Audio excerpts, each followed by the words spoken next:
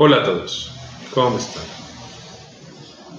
Yo soy su amiga Ashutosh Tirt y estoy aquí con ustedes para compartir este masterclass acerca de la psicología espiritual.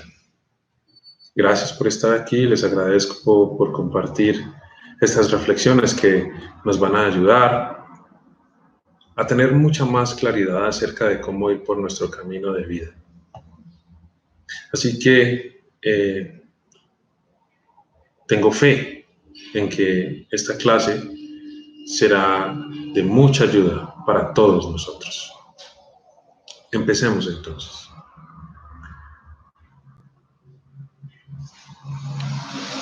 Las situaciones emocionalmente difíciles y dolorosas forman parte del ciclo de la vida. Por otro lado, este tipo de situaciones o suelen escapar a nuestro control o son consecuencia directa de nuestras decisiones o acciones. Por eso, normalmente tendemos a encerrarnos en nosotros sin saber qué hacer o cómo reaccionar. Este es uno de los casos en los que la psicología espiritual puede ayudarnos. Psicología espiritual parte de la idea que, aunque puede parecer pesimista, la naturaleza de la vida humana es el sufrimiento. Por ello, hablaremos un poco acerca de las 4 nobles verdades que el gran Buda enseñó, porque estas contienen una enorme sabiduría que nos pueden clarificar la naturaleza verdadera de la vida. Una es que el sufrimiento existe. 2 es que el sufrimiento tiene una causa. 3, el sufrimiento puede acabarse extinguiendo su causa. Y 4, para ello debemos seguir el noble camino octuple. Entonces, ¿cómo erradicar nuestro sufrimiento? Para poder afrontar estas situaciones difíciles y erradicar el dolor, la psicología espiritual propone que necesitamos conocer su origen. Y solamente cuando hayamos establecido esa causa, podremos liberarnos de nuestro sufrimiento. Solo así seremos capaces de ver la utilidad de esta maravillosa herramienta de la psicología espiritual y comprender lo inocuo de nuestras preocupaciones y desalientos. El 10% de nuestra vida está relacionado con lo que nos ocurre y el 90% restante con la forma en que reaccionamos ante lo que nos ocurre. Y es que según la psicología espiritual, las personas llevamos a cabo numerosos hábitos que nos han convertido en unos ignorantes de la vida y por lo tanto en unos ignorantes de nosotros mismos. Desconocemos cuáles son los procesos y etapas de la vida y eso es lo que nos causa sufrimiento.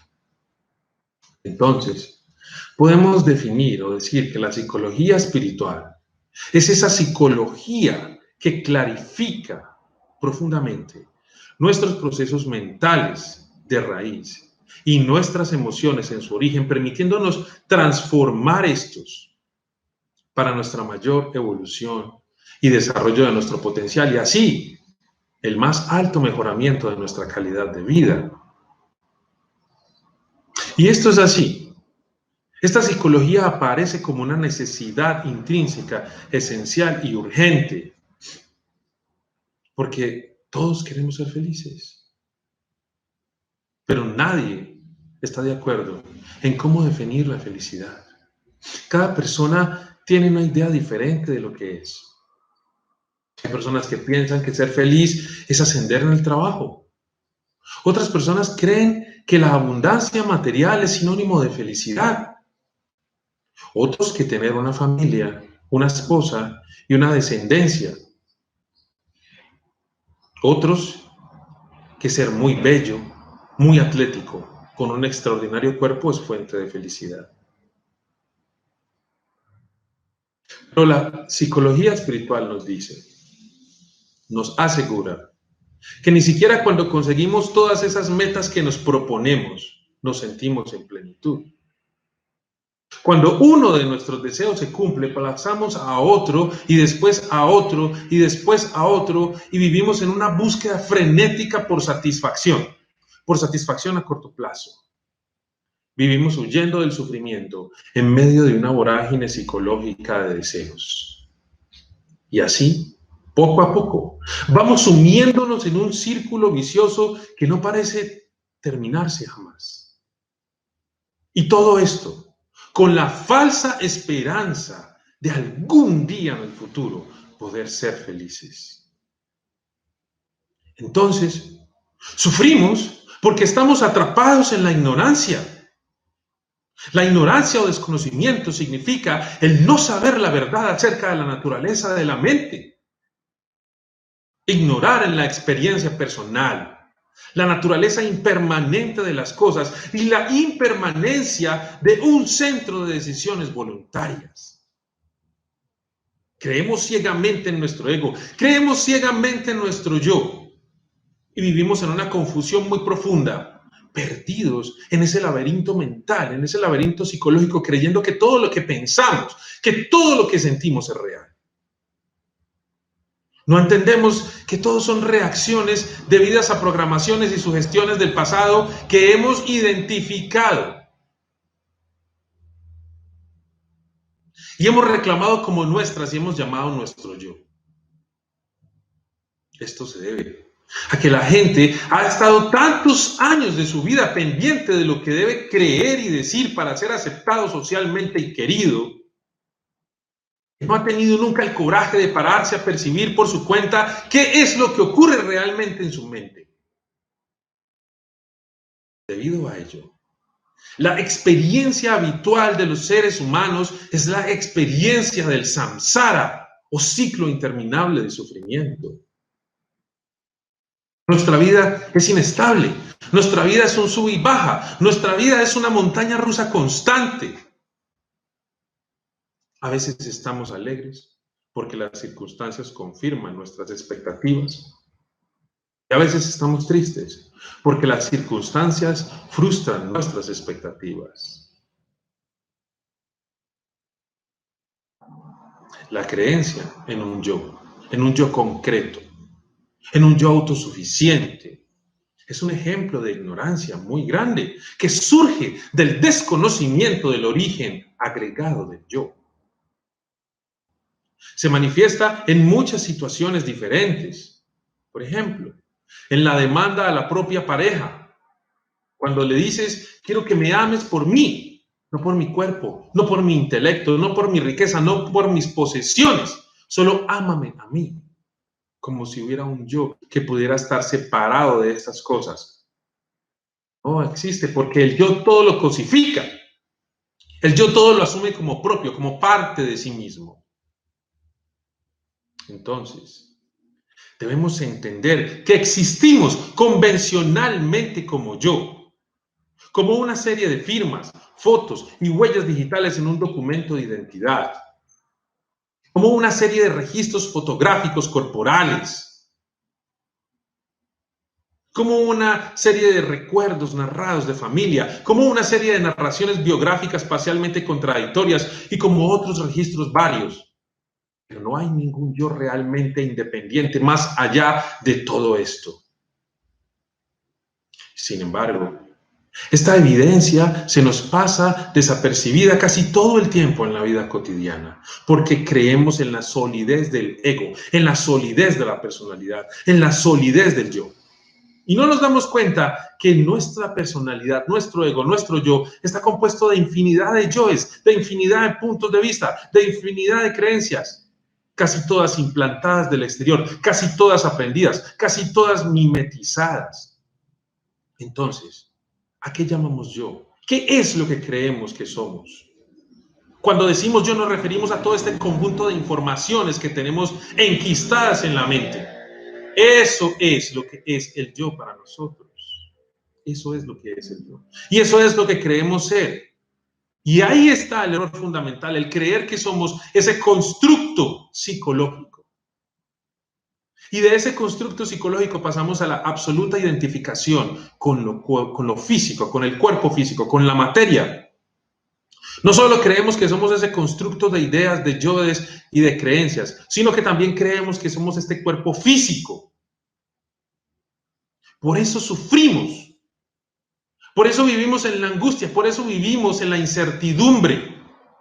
Porque muy en el fondo nos damos cuenta de que ese yo psicológico que creemos ser es impermanente, es pasajero y cambia constantemente. Y porque podemos ver visiblemente con nuestros ojos físicos que este cuerpo físico se ha transformado desde la niñez hasta ahora y que está en un proceso constante de decadencia, de disolución, hora a hora, día a día, mes a mes, año tras año. Nuestro cuerpo físico está en un estado de decadencia y de desintegración. Entonces, ¿cuál es el objeto de la psicología espiritual? Es descubrir qué es ese yo, quién soy yo. Ese es el objetivo de la psicología espiritual, es sanar nuestra mente de ese virus informático llamado ego, que nos confunde y nos ha confundido desde el principio, haciéndonos tomar por real lo que es irreal y distorsionando nuestra realidad, sumiéndonos en un muy profundo estado de confusión. Entonces, por ignorancia de que no existe un centro real, nace el impulso hacia actos habituales y repetitivos, basados en un controlador ficticio. El yo con su esto me gusta, aquello me disgusta, que no son sino patrones de pensamiento y de conducta automáticos y habituales, pero no son sólidos ni permanentes. Por ignorancia, los actos habituales y repetitivos son interpretados como si surgieran de un centro, pero no hay tal centro.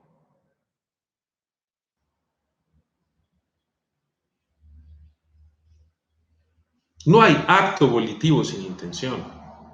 La intención en forma de acto volitivo es la que deja rastros en el resto de los factores, originando la acumulación histórica de hábitos, tendencias y reacciones. Algunas escuelas animan a los meditadores, a los buscadores, a desacelerar las actividades y los actos compulsivos para comprar tiempo y cobrar conciencia de las intenciones que les preceden. Aún en actos tan triviales como un cambio de posición cuando uno se siente incómodo. Esta conciencia se vuelve de gran ayuda para interrumpir la cadena del origen condicionado del yo. Y dado que tenemos tipos similares de conducta intencional, podemos reconocer las tendencias y patrones imputados sobre ellos. Podemos ver cómo las cosas encajan. Es cuando tenemos la tendencia de beber mucho alcohol que podemos, si tenemos conciencia y atención, reconocer esa tendencia. Esto nos ayuda a identificar qué tipo de problema podríamos tener y en qué necesitamos trabajar a nivel psicológico. Así que no hay nada de malo en eso. Es de utilidad. El problema, por supuesto, es cuando hacemos algo sólido de esos patrones, a estas etiquetas, y nos identificamos con ellas y pensamos que son inmutables, no afectadas por nada, eternas y sólidas. Y entonces, por supuesto, se vuelve muy difícil cambiar. Por ejemplo, soy una persona deprimida, soy una persona irritable, así que cuídate, ten cuidado conmigo, porque así soy yo. Tienes que aprender a vivir conmigo, porque así es como soy. ¿Eso es verdad? Pensamos, por ejemplo, soy alguien que necesita mucho afecto. Y entonces, al creer en estas cosas, al creer firmemente en estas creencias, desarrollamos patrones de conducta de exigencia y de demanda, y de aferramiento y de apegos ciegos. Y hacemos la vida de los demás miserable y conflictiva y la nuestra, por creer en estas cosas, que no tienen ningún tipo de solidez más que fuera de los patrones psicológicos y mentales. Y esto no se trata aquí de una conciencia pura, sino de estados de conciencia que mantienen la mente entretenida con etiquetas. Estados de conciencia condicionados que distorsionan la realidad que percibimos, que es mucho más variable y cambiante. La mente humana salta de un objeto a otro, pero la conciencia los está organizando continuamente. Dichos objetos generalmente se refieren al pasado o al futuro, pero casi nunca se quedan en el presente. Los estados de conciencia de los objetos reciben nombres, etiquetas, que luego nos sirven en la percepción y comprensión de los mismos. Esto hace, sin embargo, que lo que percibimos directamente no es la realidad, sino los mismos nombres y las formas previamente creadas por los estados de conciencia. Entre ellas se encuentra nuestro propio yo. Es que los momentos de conciencia de una situación dada parecen gravitar hacia un extremo u otro del complejo psicofísico.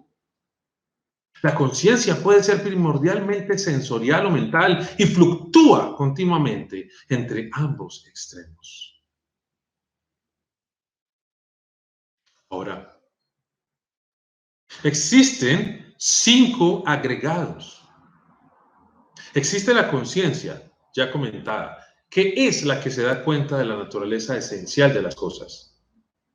Pero en aquel punto no estaba diferenciada todavía en los diferentes tipos de conciencia sensorial, solamente en general, conciencia mental, básicamente. Luego existen los diferentes objetos de la conciencia.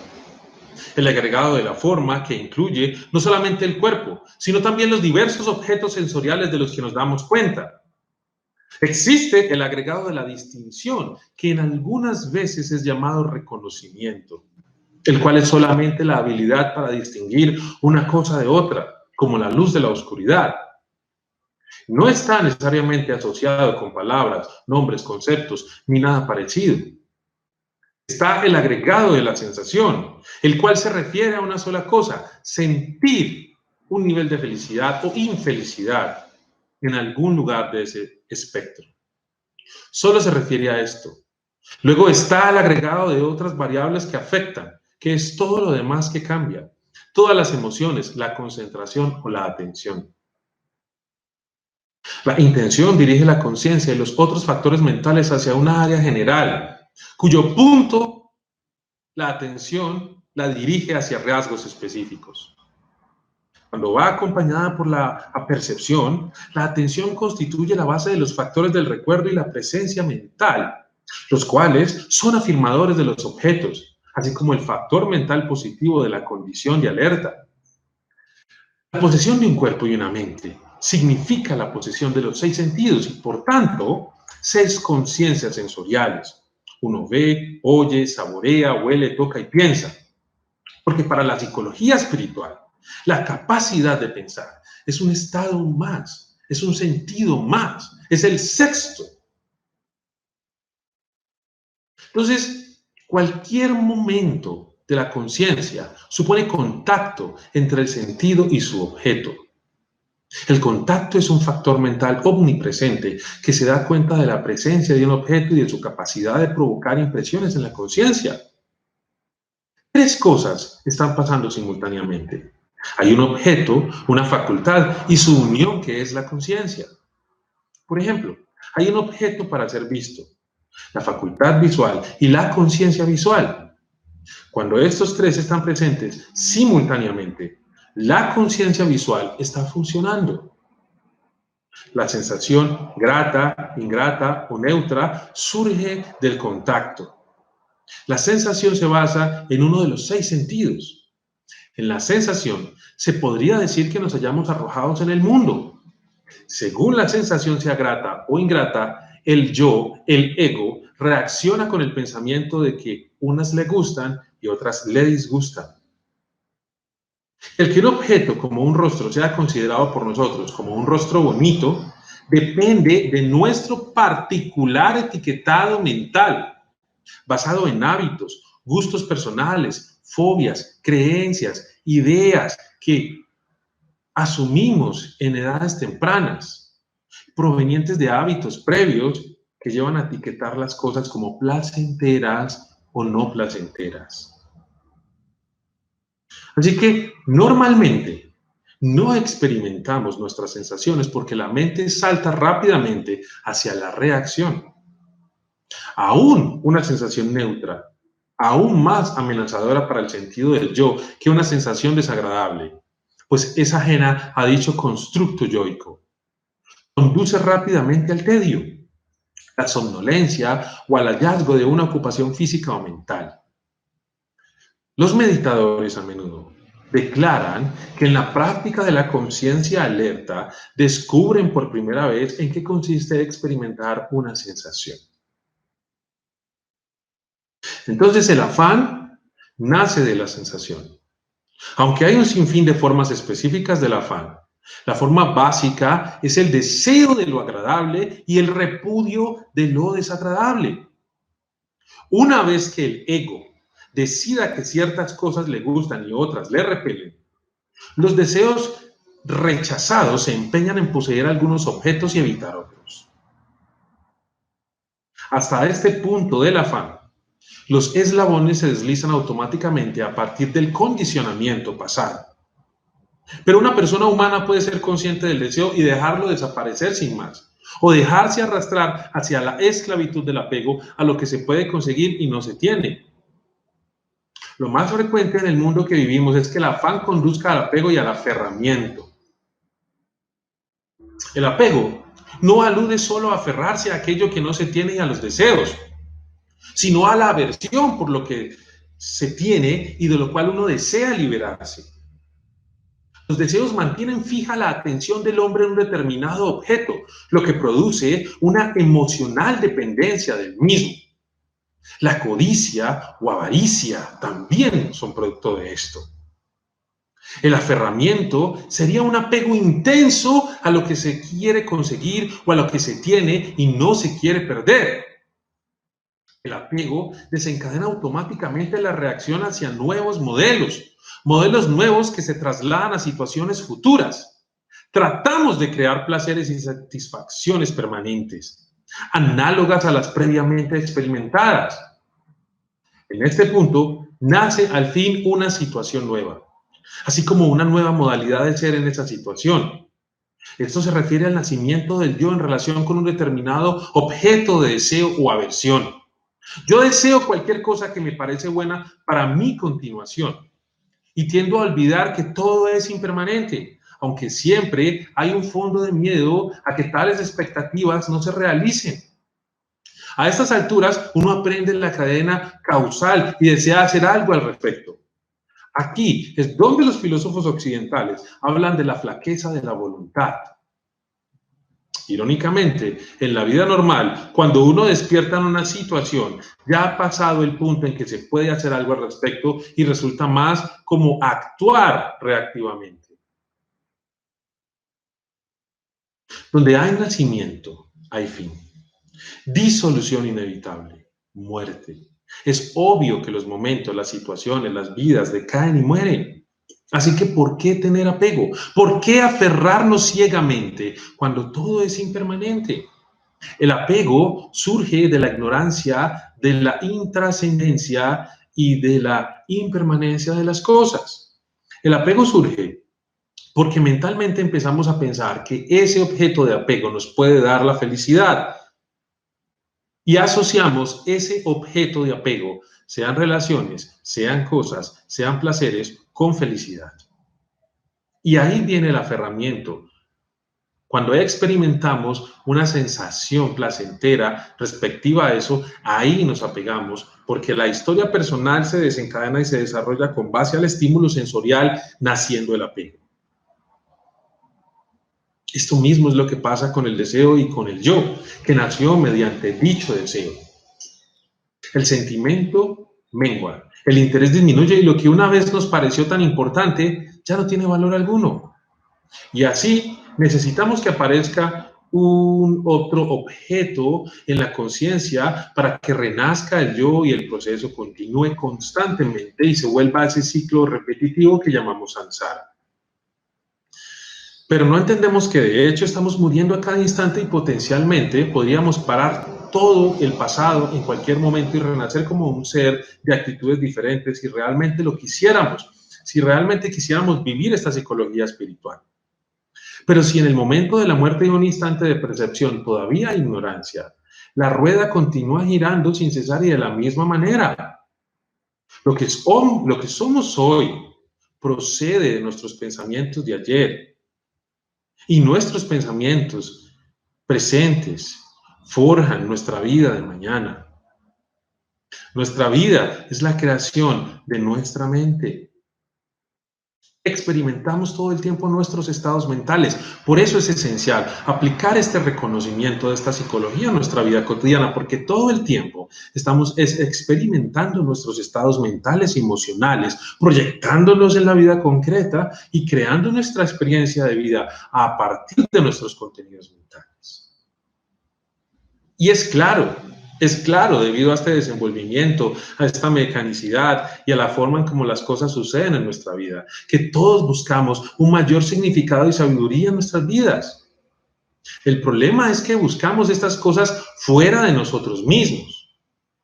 Las enseñanzas más profundas de todos los grandes sabios del mundo dicen que la sabiduría que buscamos no proviene del exterior, está dentro de nosotros, es nuestra propia naturaleza.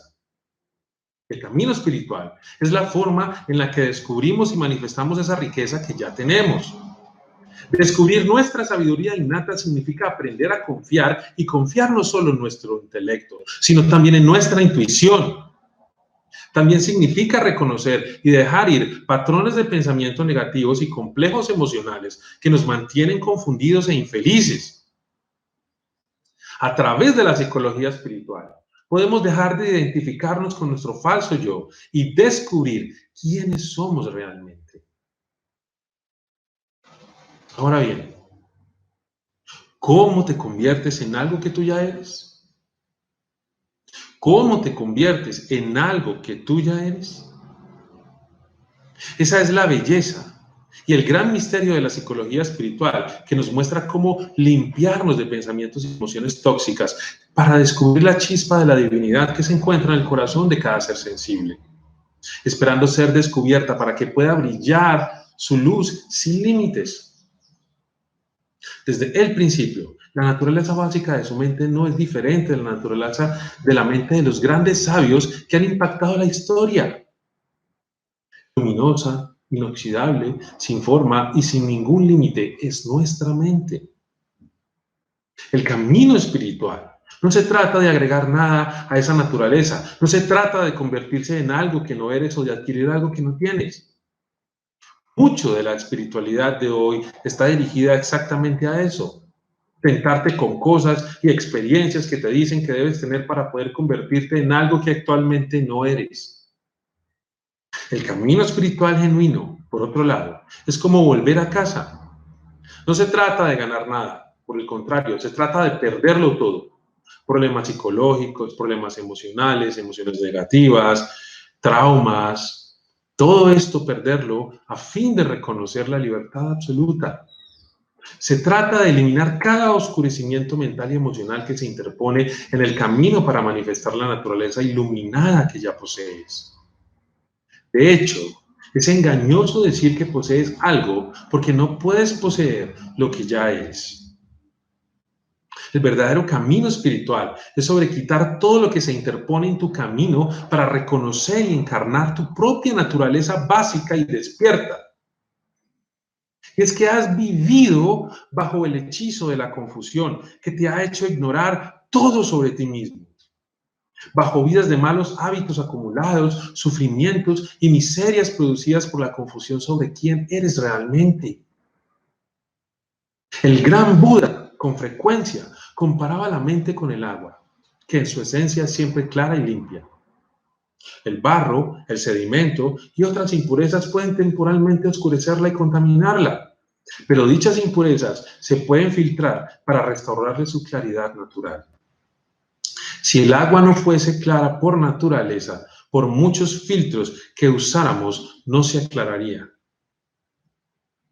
Por ejemplo, para hablar de la naturaleza básica e intrínseca de la mente y nuestra condición real, no la condición que nos muestra el ego, no la condición limitada y onírica e ilusoria que nos muestra el yo. Hay una historia que puede ejemplificar nuestra verdadera condición de vida, por muy limitados, solos y frustrados que nos encontremos. La historia dice que había un hombre muy pobre que vivía en una choza muy destartalada. La choza tenía cientos de piedras preciosas incrustadas en las paredes y en el piso. Aunque era el dueño de todas esas gemas, como no entendía su valor, vivía como un pordiosero. Sufría de hambre y sed, del frío y del terrible calor porque no tenía ventilación ni calefacción. Un día, un amigo le preguntó: ¿por qué vives como un pordiosero? Tú no eres pobre, eres un hombre muy rico. Entonces el hombre le contestó: ¿estás loco? ¿Cómo puedes decir eso? Mira a tu alrededor, le dijo el amigo. Mira a tu alrededor. Toda tu casa está llena de piedras preciosas, esmeraldas, diamantes, zafiros, rubíes, oro. El hombre se quedó mirándolo con dudas. Al principio no creyó lo que el amigo le decía, pero al poco tiempo le entró la curiosidad y, tomando una pequeña gema de la pared, fue a la ciudad a venderla. Y aunque parezca increíble, el mercader a quien se la llevó le pagó una gruesa suma y, dinero en mano, el hombre regresó y compró una nueva casa, asegurándose de llevar todas las piedras preciosas que encontró. Entonces compró ropa nueva, llenó la cocina de comida, contrató sirvientes y desde entonces vivió una vida muy buena. Desde entonces se dio la gran vida. Ahora, permíteme hacerte una pregunta. Permíteme preguntarte algo a ti que estás viendo esta clase. ¿Quién es más rica? ¿La persona que vive en una vieja casa rodeada de joyas cuya existencia desconoce?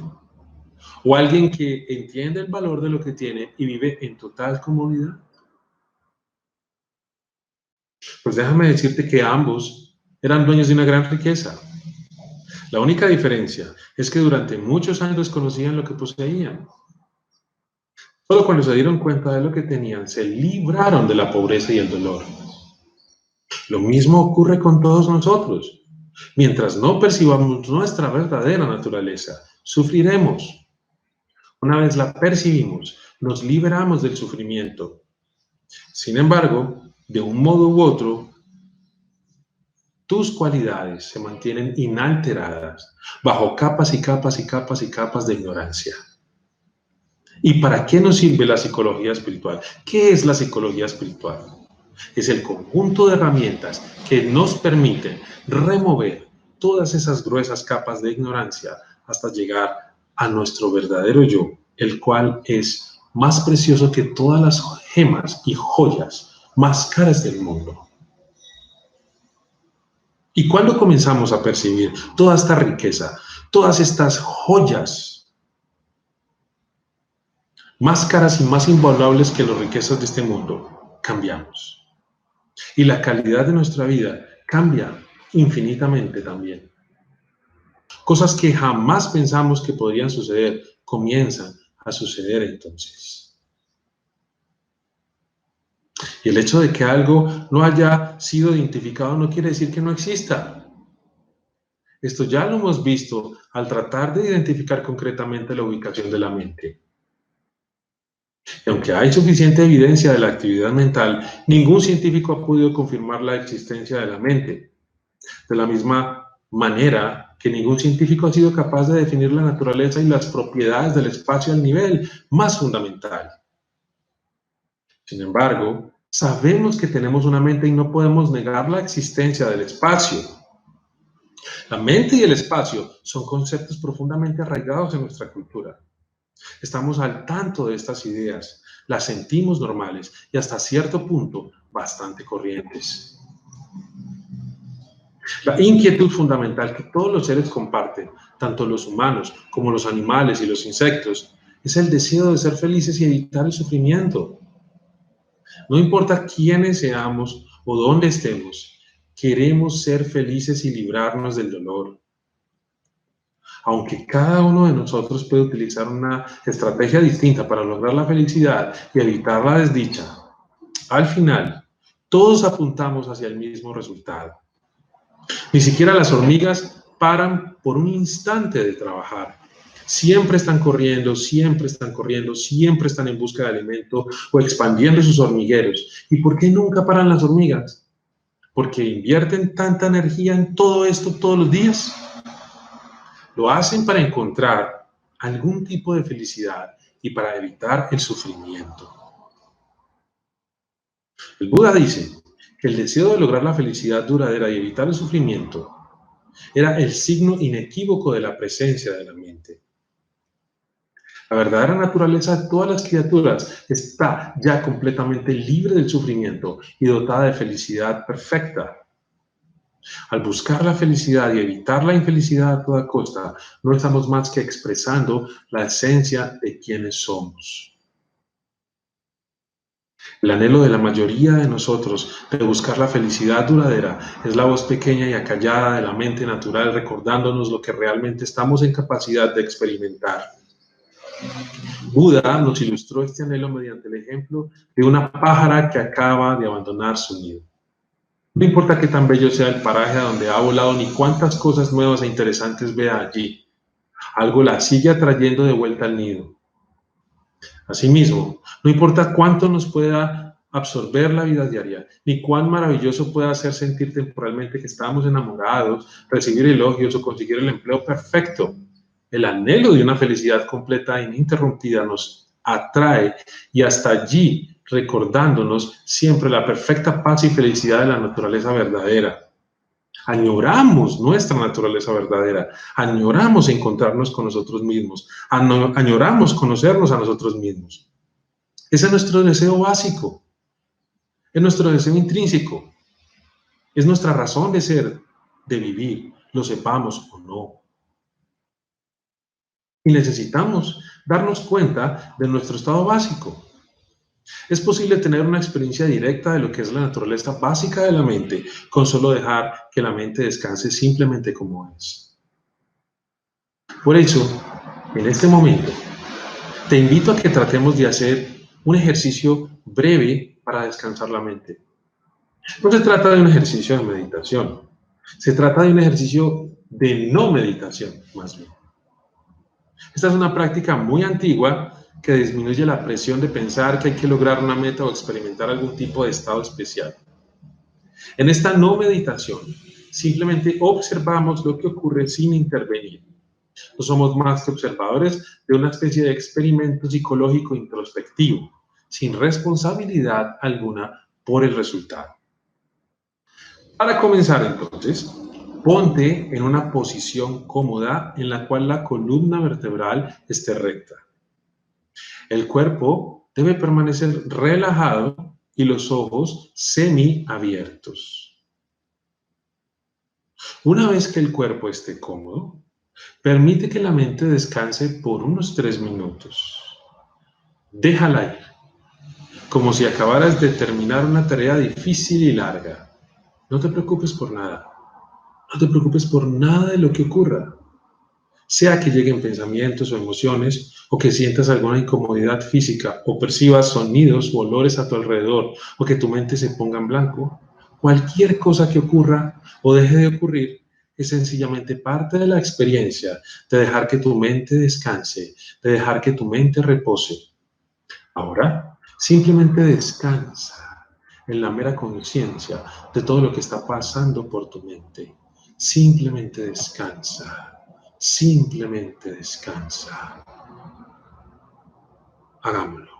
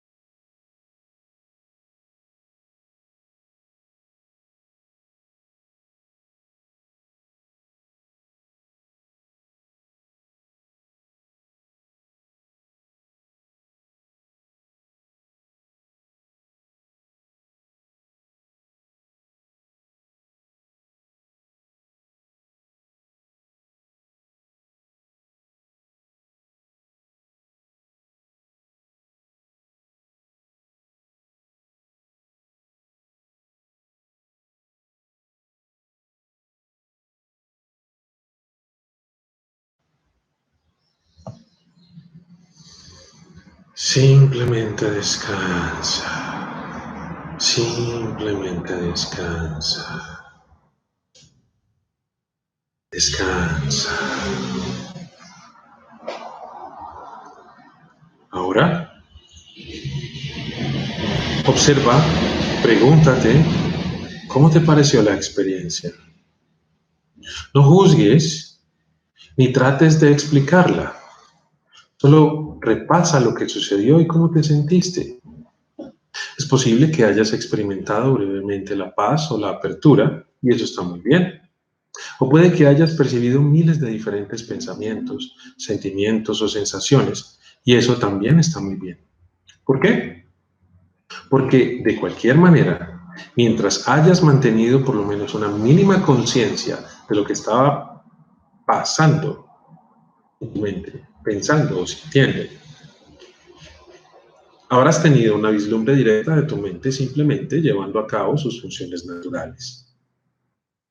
Todo lo que experimentas, cuando simplemente dejas descansar tu atención en cualquier cosa que pasa en tu mente en determinado momento, es meditación.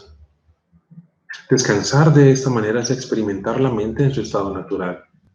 La única diferencia entre la meditación y el proceso diario y común de pensar, sentir y experimentar sensaciones es la aplicación de esta simple y escueta conciencia que ocurre cuando permites que la mente sencillamente repose tal como es, sin perseguir los pensamientos o dejarse distraer por los pensamientos y las sensaciones. Y como estamos acostumbrados siempre a juzgar las experiencias, tú crees que los pensamientos de rabia, ansiedad, temor y demás que te llegan y se van durante el día son malos y contraproducentes, o por lo menos incompatibles con la paz. Y la lección que va unida a este ejercicio de la no meditación es que si nos permitimos relajarnos y retroceder mentalmente, comenzaremos a darnos cuenta de que todos estos diferentes pensamientos van y vienen dentro del contexto de una mente ilimitada. Ilimitada que, como el espacio, permanece fundamentalmente imperturbable ante cualquier cosa que ocurra dentro de ella. De hecho, experimentar la paz es más fácil que beber agua. Para beber hay que hacer un esfuerzo. Es preciso tomar el vaso, acercarlo a los labios, inclinarlo para que el agua entre en la boca, tragarse el agua y después poner el vaso en la mesa. Nada de esto es necesario para experimentar la paz natural. Todo lo que hay que hacer es hacer que la mente descanse en su apertura natural. No es necesario hacer un esfuerzo especial ni enfocarse en nada. Y si por alguna razón no te es posible descansar la mente, puedes simplemente observar todos los pensamientos, sentimientos y sensaciones que surgen, se detienen por unos segundos y después desaparecen. Darte cuenta de lo que está pasando en tu mente en este momento, simplemente eso. Y donde quiera que estés, hagas lo que hagas, es esencial reconocer tu experiencia como algo corriente, como la expresión natural de tu mente. Si no tratas de detener lo que pasa en ella, sino que la observas, eventualmente comenzarás a sentir una gran sensación de relajación, una vasta sensación de apertura dentro de tu mente. Y esta es en realidad tu mente en su estado natural, el fondo imperturbable al cual llegan y del cual se van sus múltiples pensamientos.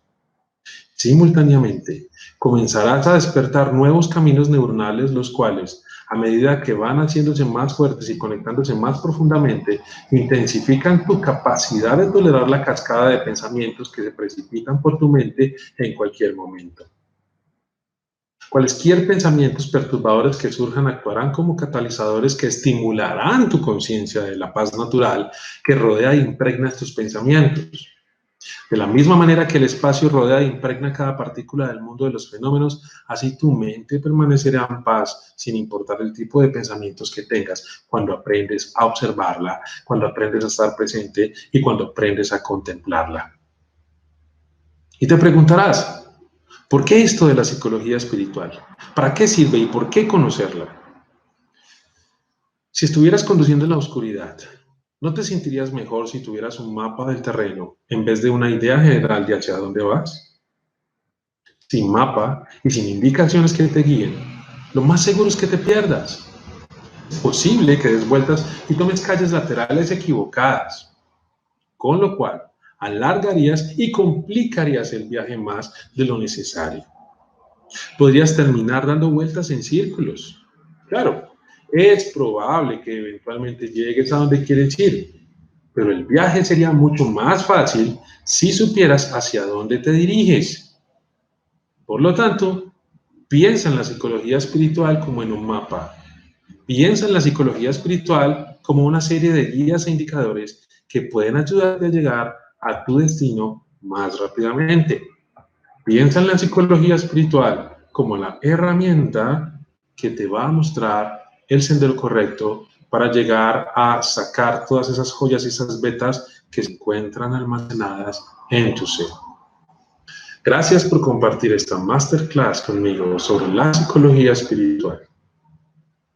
Deseo que puedas encontrar tu camino y que puedas sembrar las semillas adecuadas para que fructifique la felicidad en tu vida.